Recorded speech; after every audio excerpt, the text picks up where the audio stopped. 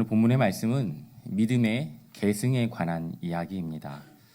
하나님은 이스라엘 백성들로 하여금 건널 수 없는 요단강을 건너게 해주셨어요. 하나님은 단지 이스라엘 백성들이 이 요단강을 건너게만 하신 것은 아니었는데요. 하나님은 요단을 건넌 이스라엘 백성들에게 아주 특별한 한 가지 명령을 하셨습니다. 우리 본문의 말씀 2절과 3절, 우리 여호수아 4장 2절과 3절 말씀 우리 함께 있습니다. 백성의 각 지파에 한 사람씩 12사람을 택하고 그들에게 명령하여 이르기를 요단 가운데 제사장들의 발이 굳게 선 그 곳에서 돌 12를 택하여 그것을 가져다가 오늘 밤 너희가 유숙할 그곳에 두게 하라 하시니라. 아멘. 이스라엘 각 지파에서 한 명씩 그렇게 총 12명을 택하여서 여호와의 궤를 메고 있는 제장들이 서 있는 요단강에 내려가서 돌 하나씩을 챙겨오라고 이야기하고 있습니다. 그리고 그 돌을 이스라엘 백성들이 유숙할 곳에 세워둘 것을 명령하셨어요. 하나님의 말씀에 순종하여 이스라엘 백성들은 요단강에 있는 12돌을 취하여 기념비를 세웠는데요. 한 곳은 여호와의 궤를 메고 있는 제사장들이 서 있는 요단강 중앙이었습니다. 그리고 또 다른 한 곳은 요단강 건너편 길갈이라 하는 곳에 돌들을 세웠습니다. 그렇다면 하나님께서 이스라엘 백성들로 하여금 이 기념비를, 이 돌들을 세우게 하신 이유는 과연 무엇일까요? 그것은 기억하게 하기 위함이었습니다. 이스라엘 백성들이 오직 믿음과 순종으로 도저히 건널 수 없는 요단강을 건넜다는 사실을 잊지 않게 하기 위함이었습니다. 또 다른 이유는요, 이스라엘의 다음 세대 또한 이 사실을 알게 하기 위함이었습니다. 어떻게 요단강을 건너왔는지 요단을 건넌 경험이 없는 다음 세대에게 알려주기 위함이었던 것이지요. 요단을 건넌 것은 끝이 아닙니다. 이제 시작이에요. 이스라엘 백성들은 이제 가나안 땅 정복을 위해 수많은 정복 전쟁을 치러야 합니다. 뿐만 아니라 가나안 땅에 정착한 이후에 하나님의 백성으로 살아가기 위해 치열한 영적인 전쟁을 치러야 합니다. 가나안 땅을 정복하는 그 과정 가운데 이스라엘 백성들에게 필요한 것은 단순히 요단강을 건넜다는 사실이 아닙니다. 이들에게 필요한 것은 바로 믿음이에요. 가나안 땅을 주시겠다고 약속하신 하나님의 말씀을 신뢰하는 것, 바로 이 믿음입니다. 도저히 건널 수 없는 요단강을 건넌 그 은혜, 하나님께서 함께 하셨고 하나님께서 도우셨다라고 고백하는 그 믿음의 고백이 있다면 가나안의 입성과 앞으로 치루어야 하는 그 전쟁은 전혀 두렵지 않게 됩니다. 하나님께서 함께 하시면 하나님의 말씀에 순종하여 요단을 건넜던 것처럼 가나안 땅 정복이라는 이 어려운 사명도 분명히 감당할 수 있기 때문입니다. 이 믿음의 고백을 잃지 않게 하기 위해 하나님께서는 이스라엘 백성들로 하여금 믿음의 기념비를 세우게 하신 거예요. 사실 우리가 알고 있는 것처럼 이스라엘 백성들은 출애굽할 때 홍해 나른 바다를 이미 건넜던 민족입니다. 홍해와 요단강, 어찌 감히 비교할 수 있겠습니까? 홍해는 바다입니다. 그러나 모세가 두 팔을 들자 바다가 갈라지고 길이 생겼습니다. 홍해가 갈라지고 마른 땅이 드러나자 이스라엘 백성들은 안전하게 홍해를 건널 수 있었습니다. 그리고 이들은 홍해를 건넌 이후 춤을 추며 기뻐하였습니다. 그러나 이와 같은 감동과 감격은요, 단 3일도 채 지속되지 못하였습니다. 마실 물이 없게 되자 이스라엘 백성들은 모세를 향해 원망합니다. 하나님을 향해 불평을 쏟아놓습니다. 홍해 바다를 건너왔다는 이 기쁨과 감격은 이미 사라진 지 오래되었습니다. 하나님은 이스라엘 백성들에 대해서 너무나 잘 알고 계셨어요. 요단을 건넌 이스라엘 백성들이 이 은혜와 기적을 단 며칠 만에 망각할 것인가에 대해 하나님은 이미 알고 계셨다는 거예요. 제가 저희 집 막내 아이에게 자주 요구하는 것이 있습니다. 무엇일까요? 제가 설마 돈을 달라고 하지 않겠죠? 제가 막내 아이에게 요구하는 것은 뽀뽀예요. 그런데 이 아이가 쉽게 뽀뽀해 주지 않습니다. 되게 영악한 아이예요. 자기가 기분이 좋을 때만 해주는데요. 저는 아빠입니다. 이 아이가 무엇을 좋아하는지 저는 분명히 알고 있어요. 먹을 것만 주면 넘어옵니다. 이 아이는요. 아이가 좋아하는 젤리나 그 아이스크림을 사주면서 뽀뽀해달라고 이야기하면 어김없이 이 아이는 저에게 뽀뽀를 해줍니다. 그것도 2번씩이나요. 자, 아이스크림을 다 먹었어요. 제가 다시 뽀뽀해달라고 하면 이 아이가 저에게 뽀뽀를 해주겠습니까? 안 하겠습니까? 안 하죠. 그렇죠. 어림도 없습니다. 그러면 제가 내심 서운한 마음으로 이제 아이스크림 안 사준다라고 이렇게 은근히 협박을 하면 이 아이가 어떻게 이야기를 하냐면 필요 없대요. 엄마한테 사달라고 이야기하면 된대요. 이 아이의 이런 모습을 통해서 저는 인간이 참으로 간사하다는 것을 저는 배우게 되었습니다. 홍해의 기적을 경험하였지만 3일 만에 모세와 하나님께 불평과 원망하였던 이스라엘 백성들, 이들이 다시는 같은 실수를 범하지 않도록 하나님께서는 물이 멈춘 요단에서 돌을 취하여서 믿음의 기념비를 세우게 하셨던 것이지요. 이스라엘 백성들은 하나님의 명령에 순종하여서 요단 동편에 위치한 길갈에 12돌을 세우게 되는데요. 길갈이라는 뜻은요, 굴러간다라는 뜻을 가지고 있습니다. 그 더 정확한 의미는 여호수아서 5장 9절 말씀에 기록되어 있는데요. 우리 여호수아 5장 9절 말씀 우리 함께 있습니다. 여호와께서 여호수아에게 이르시되 내가 오늘 애굽의 수치를 너희에게서 떠나가게 하였다 하셨으므로 그 곳 이름을 오늘까지 길갈이라 하느니라. 아멘. 애굽의 수치가 너희에게서 떠나가게 하셨다. 이스라엘 백성들은 지난 400년 동안 애굽의 노예로 살면서 말할 수 없는 고통과 슬픔과 어려움을 겪어야만 했습니다. 그러나 하나님께서는 이스라엘 백성들의 그 부르짖음을, 간절한 그 외침을 외면하지 않으시고 들어주셨습니다. 그리고 모세를 통하여서 출애굽하게 하셨어요. 이제는 더 이상 애굽의 노예가 아니라 이제는 하나님의 백성으로 당당하게 살아가게 하신 것입니다. 이들이 당하였던 괴로움과 그 수치의 기억들은 잊게 해주셨어요. 이와 같은 은혜의 고백이 담겨 있는 곳, 그 길갈에 요단에서 들고 온 그 돌을 세워 기념비를 세운 것입니다. 사랑하는 성도 여러분, 우리는 어떠한 기념비를 세우며 살아가고 있습니까?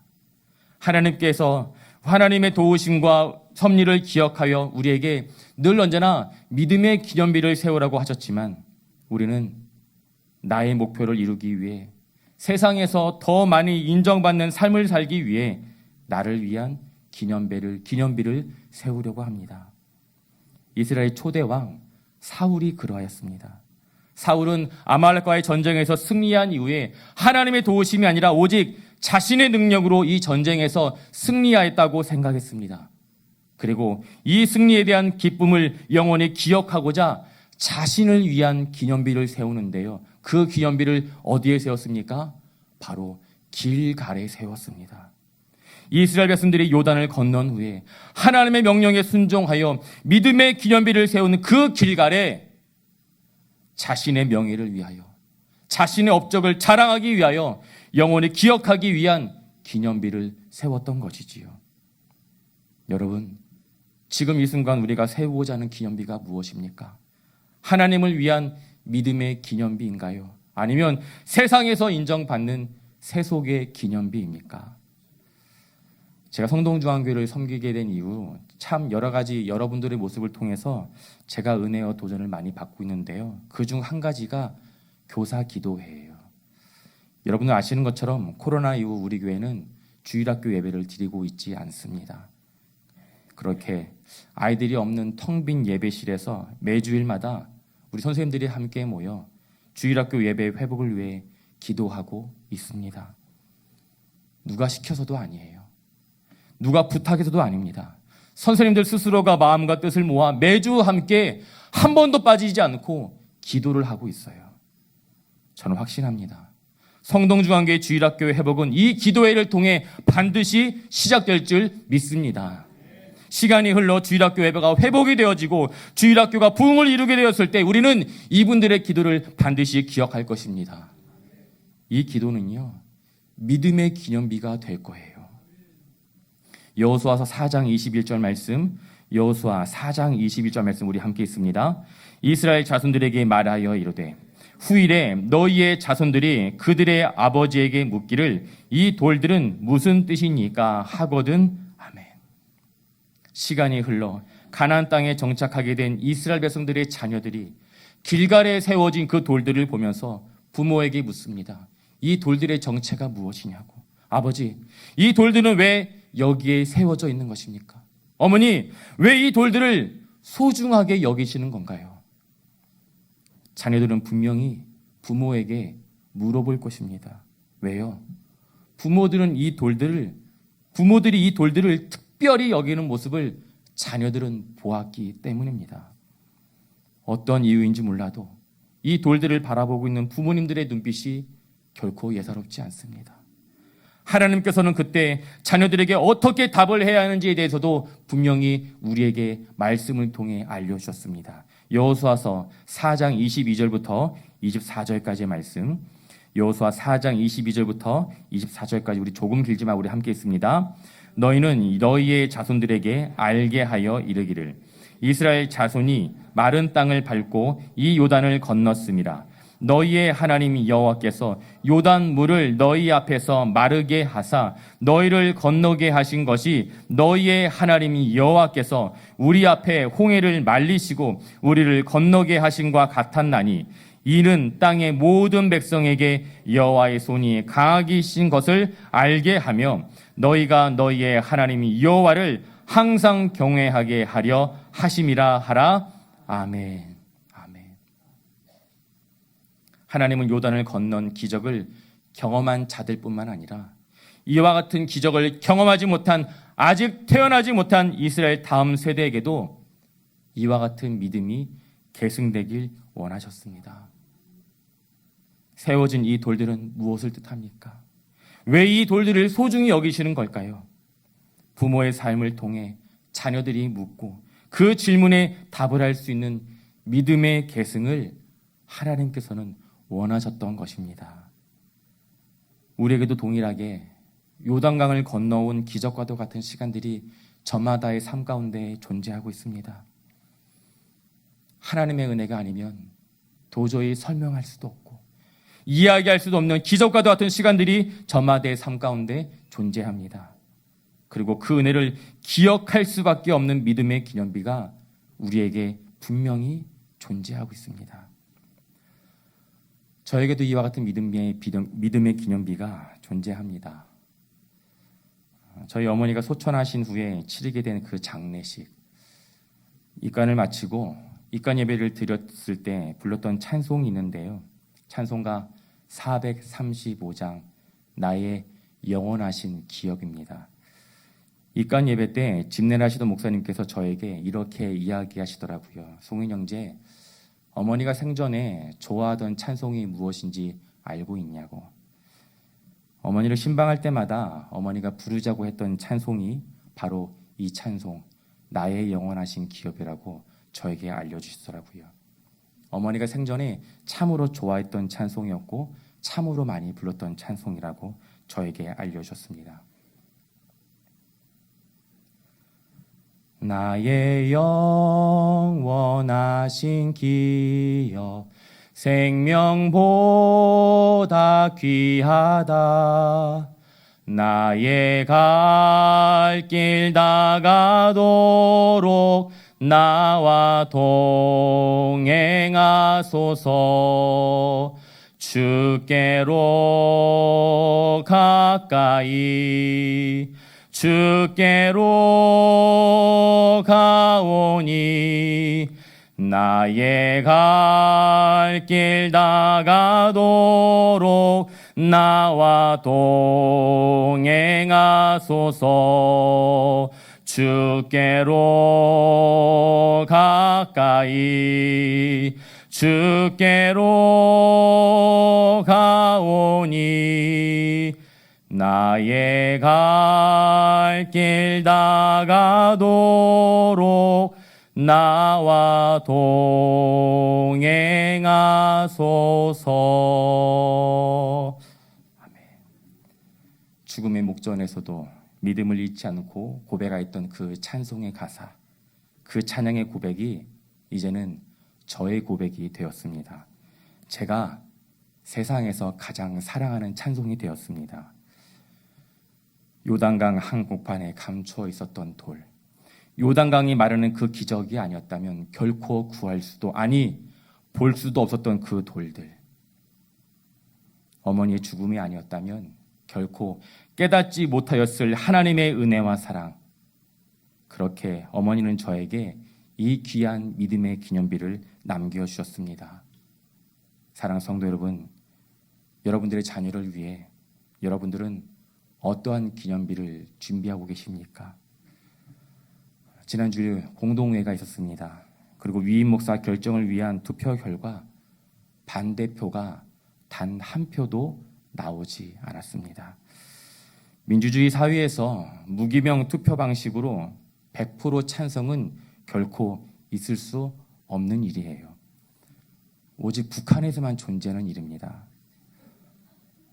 우리는 이러한 결과를 두고 기적이라고 이야기를 해요.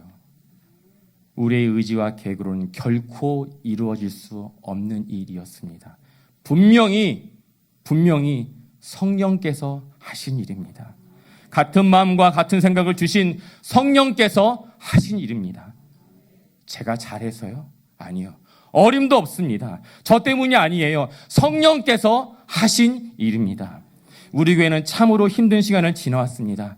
참 많은 아픔과 눈물을 흘릴 수밖에 없었던 지난 시간들이 있었습니다. 그렇게 고통의 시간을 겪으면서 교회 회복을 위해 마음을 다해 기도한 그 결과 깨어지고 분열되었던 우리의 마음을 성령께서 한 마음과 한 뜻으로 모아 주신 것입니다. 하나님께서 우리의 기도에 응답해 주신 거예요. 더 이상 교회가 소망이 보이지 않고 이 어려움을 어떻게 감당해야 하나, 어려움과 두려움 가운데 놓였던 우리의 마음을 하나님께서 긍휼히 여겨 주셨고 회복이라는 은혜를 허락하신 줄 믿습니다. 이 믿음의 기념비를 우리에게도 허락해 주신 거예요. 그런데 이게 끝이 아닙니다. 여러분, 이제 시작입니다. 이제 앞으로 우리는 어떻게 해야 합니까? 이 믿음의 기념비를 세우는 것이 끝이 아니에요. 이제 시작입니다. 우리가 경험했던 그 은혜와 감동의 시간을 잊지 않기 위해 우리는 더 열심히 더 함께 모여 기도해야 할 줄 믿습니다. 사랑하는 성도 여러분, 우리의 자녀들을 위해 어떻게 기도하고 계십니까? 우리의 자녀들이 여러분들에게 도대체 왜 이렇게 열심히 기도하고 있냐고, 무엇을 위해 기도하고 있냐고, 엄마가 기도하는 그 하나님은 도대체 어떤 하나님이냐고 여러분들께 물을 수 있어야 하는 것 아니겠습니까? 세워진 이 돌들은 무엇을 의미합니까? 왜 이 돌들을 소중히 여기는 것입니까? 부모의 삶을 통해 자녀들이 묻고 그 질문에 답을 할 수 있는 믿음의 계승, 이 믿음의 계승을 하나님께서는 우리에게도 원하고 계십니다. 세상 그 무엇보다 저는 이 기도 제목이 가장 우리에게 필요하고 중요한 기도 제목이라고 생각하는데요. 바로 우리의 자녀들을 위한 기도입니다. 아이들의 생명과 구원이 달린 이 기도를 우리는 결코 놓아서는 안 될 줄 믿습니다. 저는 금요기도회가 이 믿음의 기념비를 세우는 시간이 될 것이라 확신합니다. 특별히 자녀들을 위해 흘린 그 눈물의 기도는 결코 헛되지 않을 것입니다. 말씀을 정리하겠습니다. 사랑하는 성도 여러분, 사랑하는 우리 자녀들을 위해 여러분 무엇을 유산으로 남겨주시겠습니까? 세상에서 썩어 없어질, 결코 영원하지 않는 것이 아니라 우리의 영원한 소망 되시며 부활의 능력 되신 예수 그리스도, 그 능력의 이름을 사랑하는 우리의 자녀들의 삶 가운데 계승할 수 있는 우리의 다음 세대에게 아름다운 이 믿음의 계승을, 이 믿음의 기념비를 계승할 수 있는 저와 사랑하는 성동중앙교회 성도님들이 되시길 예수님의 이름으로 축원합니다.